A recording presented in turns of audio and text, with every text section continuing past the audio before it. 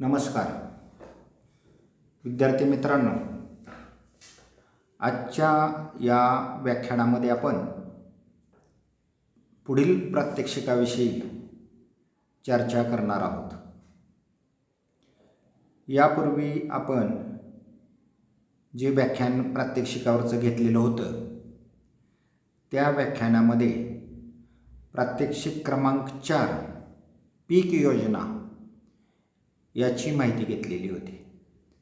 पीक योजना म्हणजे काय, पीक योजनेचे उद्देश काय असतात, पीक योजनेमध्ये विविध पिकं किंवा त्यांच्या अंतर्गत क्षेत्रफळ निवडायचं असेल तर कोणत्या बाबींचा किंवा घटकांचा विचार केला पाहिजे, किंवा चांगली पीक योजना आपल्याला कोणाला म्हणता येईल, किंवा चांगल्या पीक योजनेचे गुणधर्म काय आहेत, या सर्व बाबींची माहिती या व्याख्यानामध्ये आपण घेतलेली होती.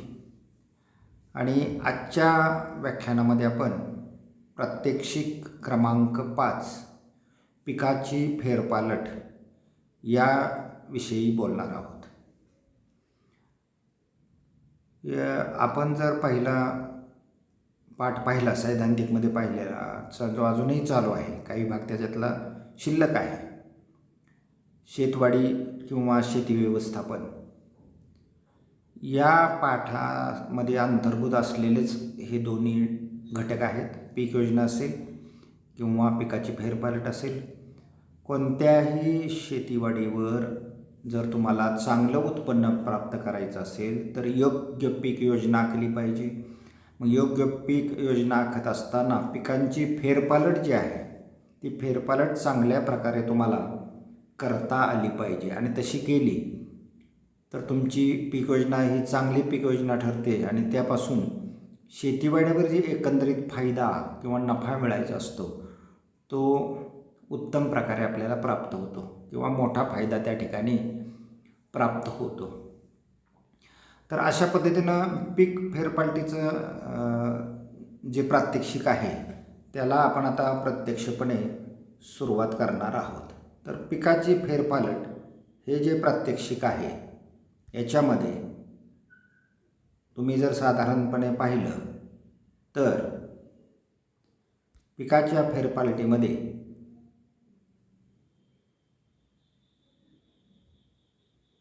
आपण जे मुद्दे पाहणार आहोत ते प्रामुख्यानं त्याची व्याख्या, त्यानंतर पिकाच्या फेरपालटीची वैशिष्ट्य किंवा चांगली पिकाची फेरपालट कोणती, त्याचे काय गुणधर्म असतात ते पाहणार आहोत. त्यानंतर आपल्या महाराष्ट्रामध्ये जे प्रमुख पिकं आहेत त्यामध्ये पिकाच्या फेरपालटीसाठी पिकांचा कशा पद्धतीने उपयोग केला जातो, किंवा थोडक्यात पिकाच्या फेरपालटीची उदाहरणं आपण पाहणार आहोत. त्याचबरोबर जी चांगली पिकाची फेरपालट असते त्याचे नक्की फायदे काय असतात, या सर्व बाबींचा आपण परामर्श थोडक्यामध्ये आजच्या या प्रात्यक्षिकामध्ये घेण्याचं ठरवलेलं आहे. तर तुमच्या स्क्रीनवरती आता तुम्हाला दिसतंय की आपलं जे आजचं प्रात्यक्षिक आहे तो प्रात्यक्षिकाचा क्रमांक 5 असेल. प्रात्यक्षिकाचं नाव तुम्ही पिकांची फेरपालट असं लिहायचं आहे, आणि प्रत्यक्षात तुम्ही जेव्हा विद्यालयात हजर राहताल त्या दिवशी ते पिकाच्या फेरपालटीची जो दिनांक आहे, जो प्रात्यक्षिकामध्ये तुम्हाला द्यायचा आहे तो त्या ठिकाणी तुम्हाला सांगितला जाईल. तर पिकाची फेरपालट आता मी थोडक्यात त्याच्याविषयी बोललो म्हणजे काय, किंवा त्याची व्याख्या काय हे जर सांगायचं झालं तर आपली जी शेतजमीन आहे त्या जमिनीमध्ये एका पाठीमागून एक अशा विशिष्ट क्रमाने जी पिकं एक शास्त्रीय पद्धतीने किंवा नियोजन पद्धतीनं घेतली जातात त्या पद्धतीला आपण पिकाची फेरपालट असं म्हणायचं. तुमच्या एकंदरीत शेतीवाडीत 10 एकर असेल, 20 एकर असेल, त्याच्यामध्ये शेतीचे 1-2 एकराचे तुकडे असतील, 4 एकराचे भाग असतील, त्या प्रत्येक तुकड्यावरती एका पाठोपाठ एकानंतर दुसरं पीक, मग ते एका हंगामातून दुसऱ्या हंगामात असेल, किंवा वार्षिक पीक असेल तर एका वर्षापासून पुढच्या वर्षाचं पीक असेल, किंवा ते वैवार्षिक असेल तर त्या दृष्टिकोनातून म्हणजे एक पीक निघाल्यानंतर त्या शेतामध्ये परत दुसरं पीक कोणतं लावायचं याचं एक नियोजनबद्ध पद्धती अंदाजे किंवा आदमासे न करता एक योग्य शास्त्रीय पद्धतीनं विचार करून त्याचं नियोजन करणे म्हणजे पिकाची फेरपालट. आणि मग हे करत असताना हे पिकाच्या फेरपालटीमध्ये निवडायची पिकं ठरवत असताना आपण प्रामुख्यानं तुमची शेतजमीन कशा प्रकारची आहे, त्या भागातलं हवामान कसं आहे किंवा शेतकऱ्याच्या आर्थिक परिस्थिती कशी आहे, या सर्व बाबींचा विचार त्या ठिकाणी करावा लागतो.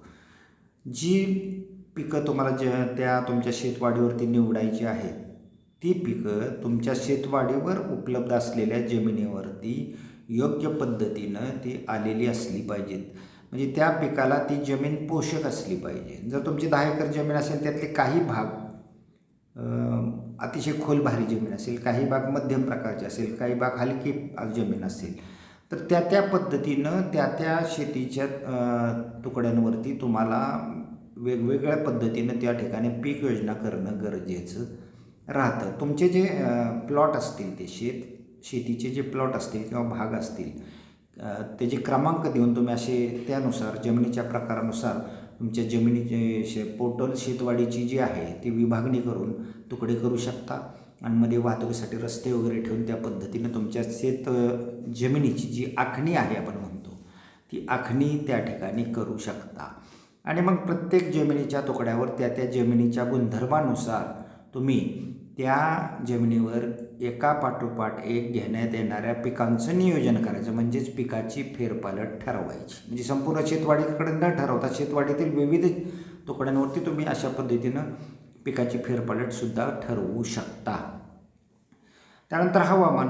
तुम्हाला माहिती आहे प्रत्येक पिकाला हवामानाची एक विशिष्ट कक्षा असते, ती अतिशय उत्तम असते.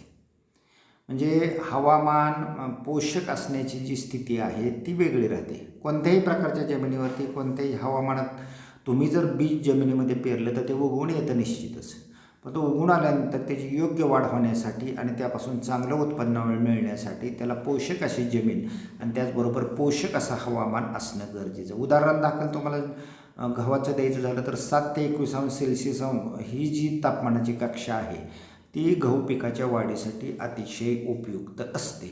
मग यापेक्षा कमी किंवा जास्त तापमानात ते पीक उगवत नाही असं नाही, ते उगवतं, परंतु त्याची वाढ ज्या पद्धतीने व्हायला पाहिजे ती होत नाही. आणि वाढ नीट नाही झाली, व्यवस्थित झाली नाही तर मग त्यापासून उत्पन्नसुद्धा आपल्याला अपेक्षेप्रमाणे मिळत नाही, तर ते कमी मिळतं. म्हणून उपलब्ध जमीन कशा प्रकारची आहे, त्या जमिनीमध्ये कोणकोणती पिकं चांगल्या पद्धतीने येऊ शकतात याचा विचार आपण पिकाची फेरपालट करत असताना केला पाहिजे. त्याचप्रमाणे तुमच्या भागामध्ये ज्या भागात जमीन आहे त्या भागातलं हवामान कसं आहे त्या हवामानानुसार तुम्ही पिकाची निवड त्या पिकाच्या फेरपालटीमध्ये केली पाहिजे.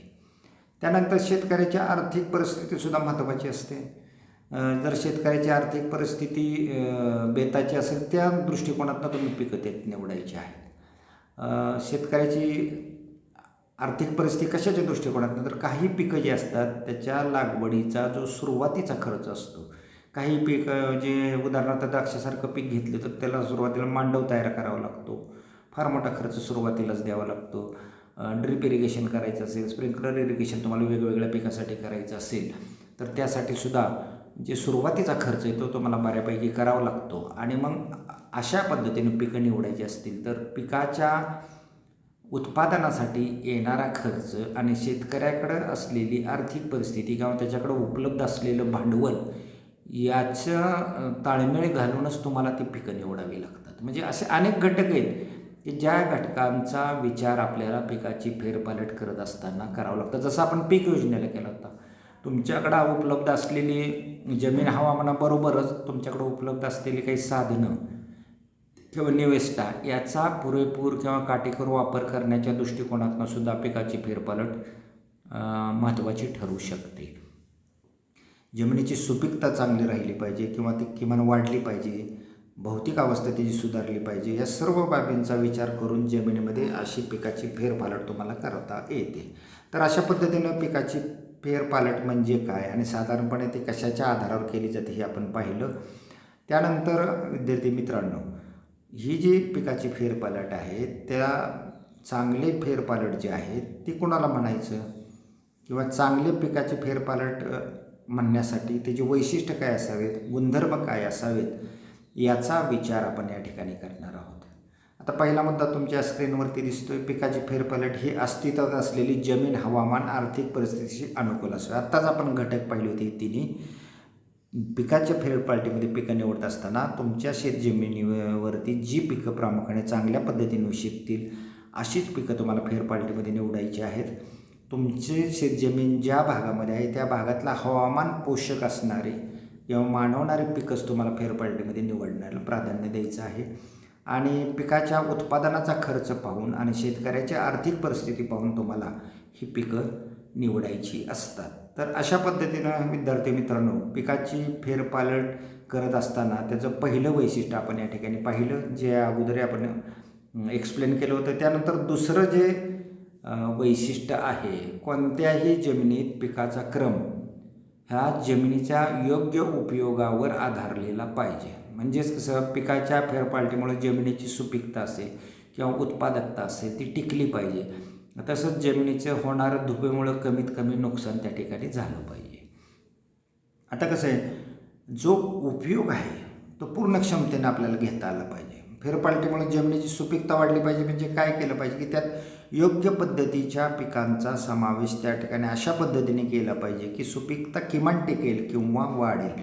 जसं तुम्हाला मी काल परवा उदाहरण दिलं होतं की काही पिकं जमिनीमध्ये सेंद्रिय पदार्थ टाकतात, जसे की डाळवर्गीय पिकं किंवा काही पिकं जे डाळवर्गीयच पिकं म्हणूया किंवा कडधान्याची पिकं ज्यांच्या मुळांवरती गाठी असतात, ज्यामध्ये रायझोबियम नावाचे जीवाणू असतात आणि हे जीवाणू हवेतील नत्र शोषून घेऊन जमिनीमध्ये स्थिर करतात आणि जमिनीची सुपीकता वाढवण्यासाठी त्या दृष्टिकोनातून मदत करतात. तर अशा काही पिकांचा जो समावेश आहे तुमच्या त्या फेरपालटीमध्ये तुम्हाला करता आला पाहिजे की जेणेकरून त्याची सुपीकता, भौतिक अवस्था ह्या सगळ्या गोष्टी टिकल्या तर पाहिजेत आणि वाढल्या पण पाहिजेत. त्याचप्रमाणे धूप रोखणारी काही पिकं असतात, तर धूपला कारणीभूत ठरणारी काही पिकं असतात. लांब अंतर लावण्यात येणारी जी पिकं असतात, या पिकांमुळं जमिनीची धूप मोठ्या प्रमाणात, वाहत्या पाण्यामुळं, पावसामुळं किंवा वाऱ्यामुळे जमिनीची धूप होते. जमिनीची धूप म्हणजे काय, मागच आपण पाहिलं आहे की जमिनीचे जे कण आहेत एका ठिकाणी वाहून जाऊन दुसरीकडून निघून जाणे म्हणजे जमिनीची धूप होणे. आता ह्या धुपीमुळं नुकसान जर टाळायचं असेल तर तुम्हाला तुमच्या पिकाच्या फेरपालटीमध्ये जमिनीलगत दाटीनं वाढणारी किंवा जमिनीच्या पृष्ठभागावर पसरणारी जर पिकं तुम्ही या पिकाच्या फेरपालटीमध्ये निवडली तर अशा पिकांमुळं जमिनीची धूप मात्र अतिशय कमी होते किंवा अजिबातसुद्धा होत नाही. तर उदाहरण जर सांगायचं झालं तर तुम्हाला ज्वारी, बाजरी उंच वाढणारी पिकं आहेत आणि 2 झाडांच्यामध्ये त्यांच्या रोपांच्यामध्ये अंतर राहतं, त्याच्यामधली मोकळी माती ही पाण्याने वाहून जाऊ शकते. त्याचवेळी पसऱ्या भुईमुगासारखी काही पिकं जमिनीत लावली किंवा दाटीनं गव्हासारखी पिकं जी दाटीनं वाढणारी पिकं आहेत, यासारख्या पिकांचा समावेश जर तुमच्या फेरपालटीमध्ये केला तर अशी जी पिकं आहेत ते अशी पिकं जमिनीची धूप होण्यास विरोध करतात. त्यामुळे जमिनीची धूप कमी प्रमाणात होते किंवा अगदी होत नाही म्हटलं तर ते चालण्यासारखं आहे. तर अशा पद्धतीने आपण दुसरा मुद्दा बघितलेला आहे की त्याचा जमिनीचा उपयोग तर चांगला झाला पाहिजे आणि फेरपालटीमुळं जमिनीची सुपीकता आणि उत्पादकता टिकली पाहिजे. त्याचवेळी धूपसुद्धा कमी झाली पाहिजे किंवा झाली नाही पाहिजे. त्यानंतर जमिनीमध्ये सेंद्रिय पदार्थ टिकवणे, वाढवणे या दृष्टिकोनातून पिकांची निवड केली पाहिजे. मग यासाठी काय केलं पाहिजे, सेंद्रिय पदार्थ टिकवायचे असतील किंवा वाढायचे असतील तर तुम्हाला मी आत्ताच सांगितलं होतं की जी कडधान्याची पिकं आहे, ज्याला आपण डाळवर्गीय पिकं असं सुद्धा म्हणतो, ती जेव्हा पक्वतेकडे जातात किंवा जेव्हा पक्व व्हायला लागतात तेव्हा त्यांची पानगळ होते. ती पानं गळून शेतात पडतात किंवा काढणीच्या वेळीसुद्धा तुमच्या हालचालीमुळं ती पानं जमिनीवरती गळून पडतात आणि जेव्हा नांगरटीनंतर ही पानं जमिनीमध्ये गाडली जातात तेव्हा ते जमिनीमध्ये सेंद्रिय पदार्थ ॲड करतात आणि साहजिकच हे पदार्थ जेव्हा कुजले जातात तेव्हा जमिनीमध्ये एक प्रकारचा ह्युमस तयार होतो. चांगले कुजलेल्या सेंद्रिय पदार्थाला पण आपण ह्युमस असं म्हणतो आणि तो पिकाची किंवा जमिनीची जी तुमची भौतिक अवस्था आहे तो सुधारवण्यासाठी त्याचा आपल्याला फार मोठ्या प्रमाणामध्ये या ठिकाणी उपयोग होताना दिसतो. म्हणून अशा पिकांचा समावेश तुमच्या पिकाच्या फेरपालटीमध्ये करणं गरजेचं आहे. त्यानंतर पिकाची फेरपालट अशी असावी की त्यामुळे तणे, कीटक आणि रोग यांचं व्यवस्थित नियंत्रण होईल. आता तणाला वाव देणारे कुठली, जसे धुपीला वाव देणारे काही पिकं असतात तशी तणाला जे लांब अंतरावर लावली जातात त्या पिकामधल्या मोकळ्या जागेमध्ये तण वाढण्याची शक्यता असते. त्यानंतर काही मग तुम्हाला या ठिकाणी काय करता येईल फेरपालटीमध्ये आणखी जर आंतरपिकं मिश्रपिकं घेऊन सुद्धा मधल्या जागेचा उपयोग तुम्ही करू शकता. परंतु फेरपालट म्हणजे एका पाठोपाठ घेण्यात येणाऱ्या पिकाचं नियोजन असल्यामुळं आपल्या जमिनीमध्ये वेगवेगळ्या कुटुंबातील असे आणि वेगवेगळे वाढीची अवस्था असणारे जर तुम्ही पिकं लावली तर तणाचं नाही नाट होतं. त्याचप्रमाणे कीटक आणि रोग एकाच कुटुंबातील तुम्ही जर पिकं सतत तुमच्या जमिनीमध्ये लावत गेला तर त्यावरतीचे जे कीटक आणि रोग आहेत ते मोठ्या प्रमाणात वाढ होण्याची शक्यता असते. म्हणून वेगवेगळ्या कुटुंबातील पिकांचा समावेश तुमच्या पिकाच्या फेरपालटीमध्ये तुम्हाला करता आला पाहिजे, तो तुम्ही केला पाहिजे की जेणेकरून ह्या सर्व बाबींचा त्रास शेतकऱ्याला कमी होईल आणि त्याच्या उत्पन्नावरती फारसा परिणाम होणार नाही. कीटक आणि रोगाचं नियंत्रण तुम्ही करू शकता, तणाचं नियंत्रण तुम्ही करू शकता, पण त्यासाठी तुम्हाला मग फार मोठा खर्च त्या ठिकाणी करावा लागतो. जर हाताने तणं खुरपायचे असतील तर मजूर लावावं लागतं किंवा मग तणनाशकांनी ते फवारणे त्यासाठीचा खर्च तुम्हाला. तशीच गोष्ट कीटक आणि रोगाच्या बाबतीत औषधं फवारण्यासाठीचा खर्च आहे, मजुराचा खर्च आहे, त्या औषधं आणण्याचा खर्च आहे. या सर्व बाबी वाढून तुमचा उत्पादन खर्च वाढतो आणि तुम्हाला जो मिळणारा नफा आहे तो नफा कमी त्या ठिकाणी होतो. म्हणून शक्यतो पिकाच्या फेरपालटीमध्ये तणे, कीटक आणि रोग यांचं व्यवस्थित नियंत्रण कशा पद्धतीने होईल या पद्धतीनं पिकं निवडावीत. कीटक आणि रोग वाढण्यासाठी जी पूरक पिकं असतात ती तुम्ही टाळली पाहिजेत.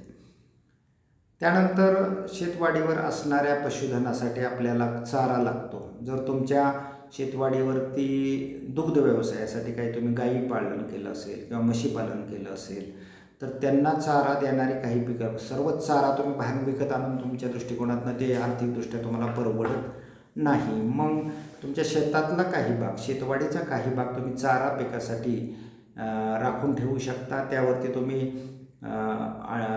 जी पिकं आहेत, जी वाळलेला चारा देणारी ज्वारीसारखी किंवा बाजरी मक्यासारखी पिकं आहेत ज्याचा वाळलेला कडबासुद्धा तुम्ही ज्वारीचा वापरू शकता किंवा हिरवी चाऱ्याची पिकं ज्वारी, बाजरी, मका तुम्ही त्यासाठी लावू शकता. आणि काही जसे की मक्यासारख्या पिकाची मुरघास तयार करून सुद्धा तुम्हाला परत वापरता येतात. तर अशा पिकांचा समावेश तुमच्या पिकाच्या फेरपालटीमध्ये जर तुम्ही केला तर मग तुमच्या शेतवाडीवर असणाऱ्या जनावरांची गरज तुम्हाला भागवता येते. केवळ दुधासाठीच जनावरांचा व्यवसाय केला जातो असं काही नाही, तर बैलजोडी असतात तुमच्या शेतावरती जे शेतीच्या मशागतीसाठी तुम्ही वापरत असता.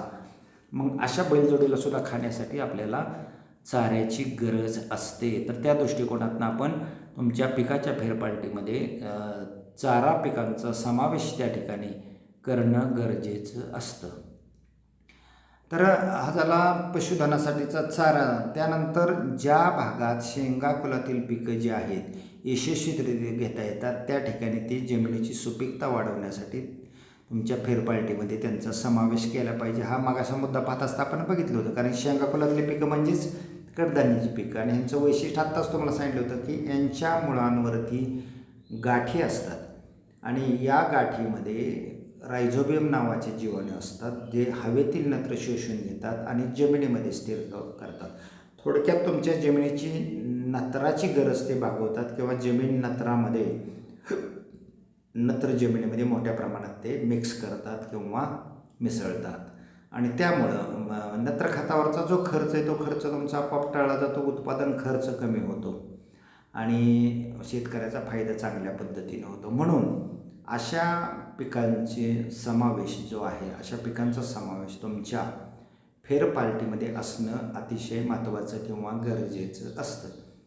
त्यानंतर ज्या भागामध्ये आपल्याला नगदी पिकं घेता येतील त्या भागामधील फेरपालटीमध्ये नगदी पिकांचा समावेश करणं गरजेचं आहे. हा मुद्दासुद्धा आपण पीक योजनेमध्ये पाहिला होता.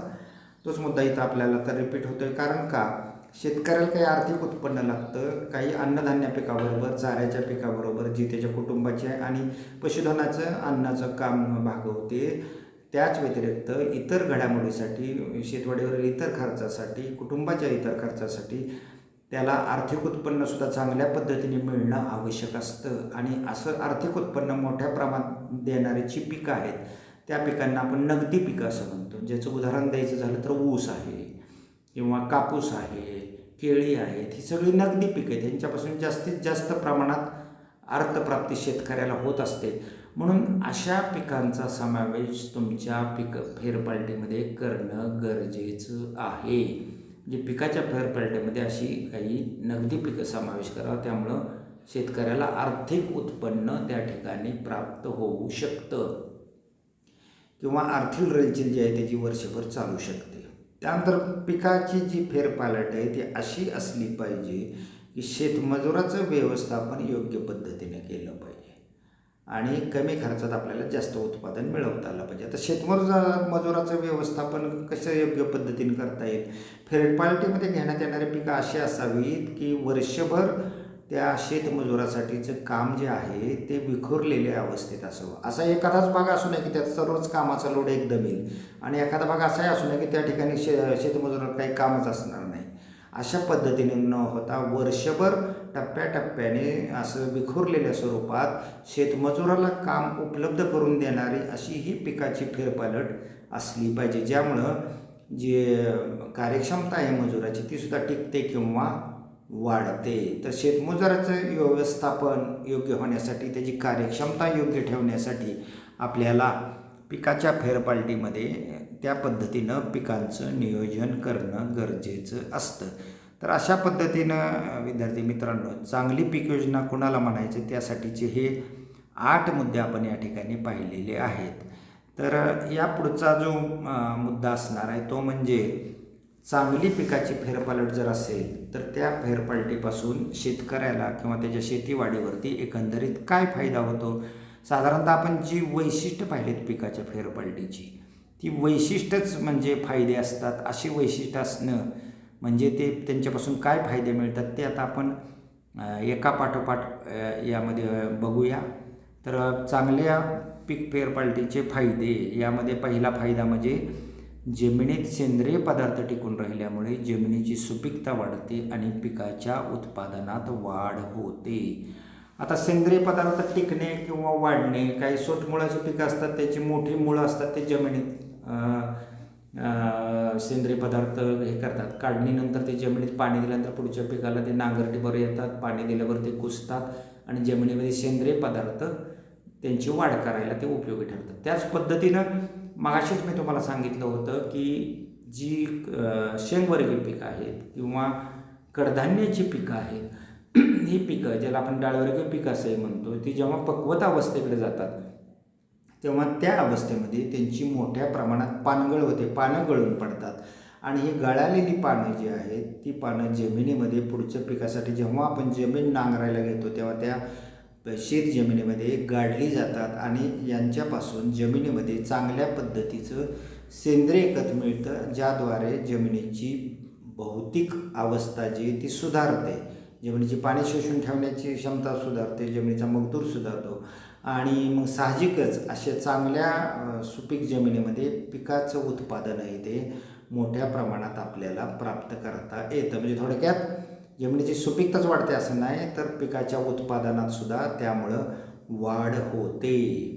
तर अशा पद्धतीनं चांगल्या पिकाच्या फेरपालटीचा हा पहिला फायदा आपल्याला सांगता येईल की चांगली पिकाची फेरपालट केली तर जमिनीमध्ये सेंद्रिय पदार्थ टिकून राहतात किंवा ते वाढवले जातात, त्यामुळे जमिनीची भौतिक अवस्था सुधारते आणि त्यामुळे जमिनीची सुपीकता वाढते आणि जमिनीची उत्पादकतासुद्धा वाढते. प्रति एकक क्षेत्रातून आपल्याला जास्तीत जास्त उत्पादन घेण्यास त्यामुळं मदत होते.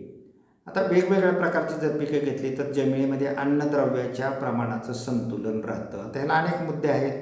तुम्ही मुळाची रचना घ्या, एखाद्या हंगामात तुम्ही सोटमुळ असलेली पिकं जी जमिनीवरती खोलवरती जातात असे मुळं असलेली जर पिकं घेतली तर दुसऱ्या हंगामात उथळ मुळाची किंवा आगंतुक मुळाची जी पिकं आहेत ती घ्यावी, जेणेकरून दोन वेगवेगळ्या वेळी वेगवेगळ्या पद्धतीने वेगवेगळ्या थरातून जमिनीत असलेला अन्नांशाचा वापर ती पिकं करतील आणि एकाच झोनमधून खतं उपसली जाणार नाहीत. म्हणजे जमिनीतील खत वाया जाणार नाही आणि जमिनीतील सर्व थरातील जे खत आहे ते खत किंवा अन्नद्रव्य आहे ते अन्नद्रव्य चांगल्या प्रमाणे पिकाच्या वाढीसाठी उपयुक्त ठरतील. अशा पद्धतीने ती हे केली जातील. लागोपाठ जर तुम्ही एकाच पद्धतीची मुळांची रचना असलेली पिकं घेतली तर इथं सुपीकतेचा प्रश्न निर्माण होऊ शकतो. म्हणून अन्नद्रव्यांचं प्रमाण संतुलित राहण्यासाठी मुळाची रचना विचार केला तर वेगवेगळे मुळांची रचना असणारी पिकं घ्यावीत. त्याच पद्धतीनं मगाशी तुम्हाला सांगितलेला मुद्दा परत इथं लागू होतो की कडधान्याची पिकं घेतली तर नत्र ह्या अन्नद्रव्याचं प्रमाण जमिनीमध्ये वाढवण्यासाठी आपल्याला रायझोम नावाच्या जीवाणूमुळं त्या ठिकाणी मदत होऊ शकेल. म्हणजे केवळ मुळाची रचना हा एकच मुद्दा अन्नद्रव्याचं प्रमाण संतुलित करण्यासाठी असत नाही, तर जी काही पिकं जमिनीमध्ये आपलं अन्नद्रव्याचे प्रमाण वाढवतात अशी पिकंसुद्धा जमिनीमध्ये ॲड केली पाहिजेत. मुख्य पिकामध्ये किंवा स्वतंत्रपणे तुम्ही हिरवळीच्या खताची पिकंसुद्धा यासाठी तुमच्या शेत जमिनीमध्ये लावू शकता. हिरवळीची खतं तुम्हाला माहिती आहेत, फुलावर येण्यापूर्वी साधारणतः किंवा काही पिकं फुलं आल्यानंतर त्या काळामध्ये जमिनीमध्ये गाडली जातात आणि मग तेच कुजवली जातात आणि त्यापासून जमिनीमध्ये सेंद्रिय पदार्थ मिसळले जातात. तर जसं आपण पाहिलं की कडधान्याची किंवा शेंगवर्गीय पिकं जमिनीच्या अन्नद्रव्याचं प्रमाण वाढवतात, त्याच पद्धतीने काही हिरवळीच्या खतांचा उपयोग आपल्याला अन्नद्रव्यांचं प्रमाण जमिनीत असलेलं वाढवण्यासाठी फार मोठ्या प्रमाणामध्ये उपयोग होऊ शकतो. आपल्याकडे त्यांच्यासारखी काही पिकं आहेत, तागासारखी काही पिकं आहेत जी प्रामुख्यानं आपल्याला शेतजमिनीमध्ये हिरवळीच्या खतासाठी लावली जातात.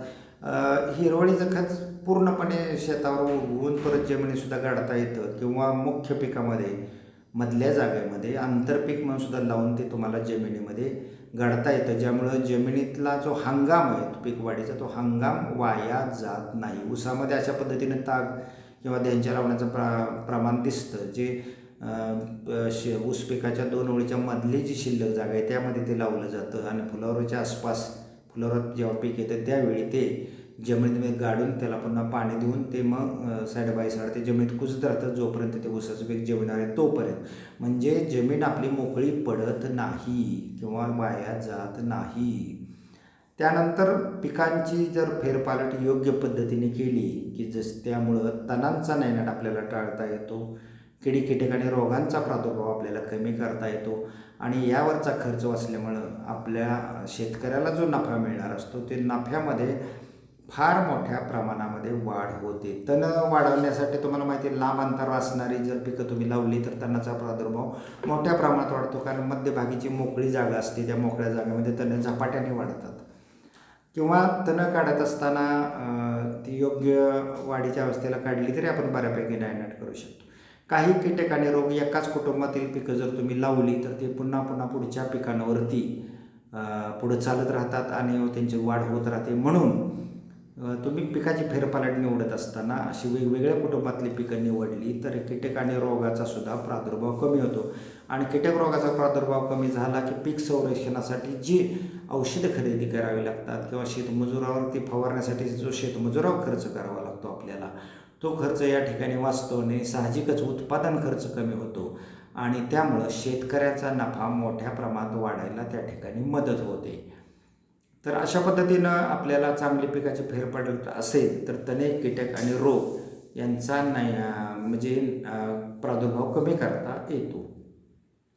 आता वेगवेगळी जर पिकं तुम्ही पिकाच्या फेरपालटीमध्ये घेतले तर मजुराच्या कामाचं आपल्याला योग्य पद्धतीने नियोजन करता येतं आणि त्याची कार्यक्षमता जी आहे ती टिकवता किंवा वाढवता येते. तर कसं, तर मजूर कोणत्याही वर्षभराच्या किंवा तुमच्या हंगामाच्या ठराविक कालावधीसाठी सुद्धा मोकळा राहिला नाही पाहिजे, तो सतत कार्यरत असला पाहिजे की जेणेकरून त्याची कार्यक्षमता टिकून राहील. आणि असा कुठलाही भाग तुमचा तर असा असू नये की कामाचा सगळाच भार त्यावेळी त्या शेतमजुरावर येईल आणि त्यामुळे नक्की कोणत्याच भागाकडे त्याला जास्त लक्ष न द्यायल्यामुळं दुर्लक्षामुळं तुमच्या शेती पिकाचं नुकसान त्या ठिकाणी होऊ शकतं. म्हणून शेती पिकं निवडत असताना, फेरपालटीमध्ये पिकं निवडत असताना अशा पद्धतीने निवडायची की वर्षभर मजुराला विखुरलेल्या स्वरूपामध्ये काम मिळेल आणि ते काम सततच्या एका फ्लोमध्ये प्रवाहामध्ये चालू राहील. त्यामुळे त्याची कार्यक्षमताही टिकवता येईल आपल्याला किंवा कार्यक्षमता वाढवण्यासाठी सुद्धा आपल्याला त्या ठिकाणी मदत होईल. तर चांगल्या पीक फेरपालटीचा हा एक सुद्धा महत्त्वाचा मुद्दा त्या ठिकाणी आपल्याला सांगता येईल. आता काय होतं की विविध प्रकारची जर पिकं तुम्ही घेतली तर काही कमी कालावधीच्या पिकामुळं शेतकऱ्यांना वर्षभर काही ना काही उत्पन्न मिळत राहतं आणि त्याचा जो वरखर्च आहे तो त्याचा वरखर्च भागवण्यासाठी याचा उपयोग होतो. तुमच्या पिकाच्या फेरफटकीमध्ये मध्येच कमी कालावधीत निघणारी फायदा अल्प देणारी का असणार परंतु कमी कालावधीत निघणारी आर्थिक उत्पन्न देणारे काही पिकं लावली तर जसे की पालेभाज्या असतील, भाजीपाल्याच्या पिकातील पालेभाज्या किंवा काही कमी कालावधीत निघणाऱ्या फळभाज्यासुद्धा असतात, त्या जर तुम्ही लावल्या तर त्याचा जो अंतिम उत्पादनाचा पदार्थ आहे तो बाजारात मध्येच विकून त्यापासून त्या शेतकऱ्याला अर्थार्जन करता येतं आणि त्या अर्थार्जनाचा उपयोग वर्षभर त्याचा जो खर्च भागवण्यासाठी वर्षभर वरवर जो खर्च लागतो, भले तो कौटुंबिक कारणासाठी असेल किंवा शेतीच्या कारणासाठी असेल, तो खर्च भागवण्यासाठी त्याला या रकमेचा मोठ्या प्रमाणात उपयोग होतो. म्हणून तुमच्या पिकाच्या फेरपालटीमध्ये अशा काही पिकांचा तुम्ही समावेश केला पाहिजे जे कमी कालावधीत निघतात आणि जवळच्याच बाजारपेठेत विकून शेतकऱ्याला आर्थिक उत्पन्न प्राप्त करता येतं.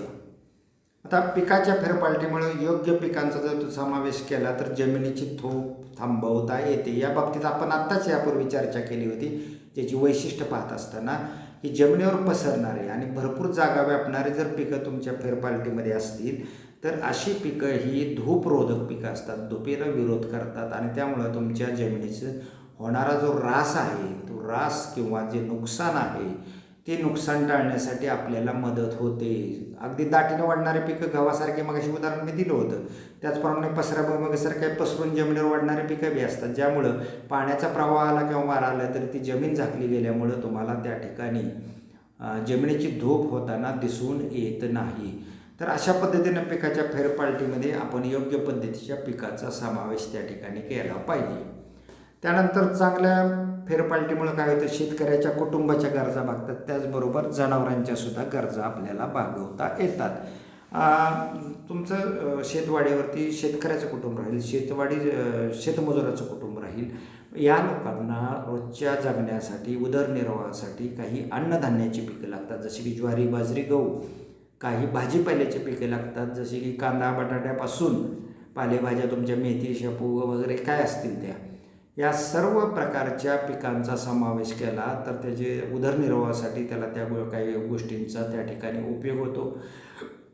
जनावरं जे आहेत, जनावरं जर तुमच्या शेतावर असतील तर त्याविषयी आत्ता आपण मुद्दा एक्सप्लेन केला होता की जनावरांसाठी चारा देणारी पिकं आपण त्यामध्ये लावायची आहेत. मग काही अशी पिकं असतात की उदाहरणार्थ ज्वारी, जे मानवास अन्नही देतात, म्हणजे शेतकऱ्याच्या कुटुंबाला अन्नही मिळतं आणि नंतर त्याचा वळलेल्या खोडाला आपण कडबा असा म्हणतो, त्या कडब्याचा उपयोग जनावरांना खाद्य म्हणून बऱ्याच कालावधीसाठी तुम्ही करू शकता. तर मग अशी पिकं तुम्ही तुमच्या पिकाच्या फेरपालटीमध्ये लावा की त्यामुळं कौटुंबिक गरजा ज्या शेतकऱ्याच्या आहेत त्या भागल्या जातील आणि त्याचवेळी त्याच्या शेतवाडीवर जे पशुधन आहे त्या पशुधनासाठी लागणारी चाऱ्याची गरजसुद्धा आपल्याला या ठिकाणी भागवता येईल. तर अशा पद्धतीनं विद्यार्थी मित्रांनो हे आपल्याला त्याचे जे फायदे ते सांगता येतील.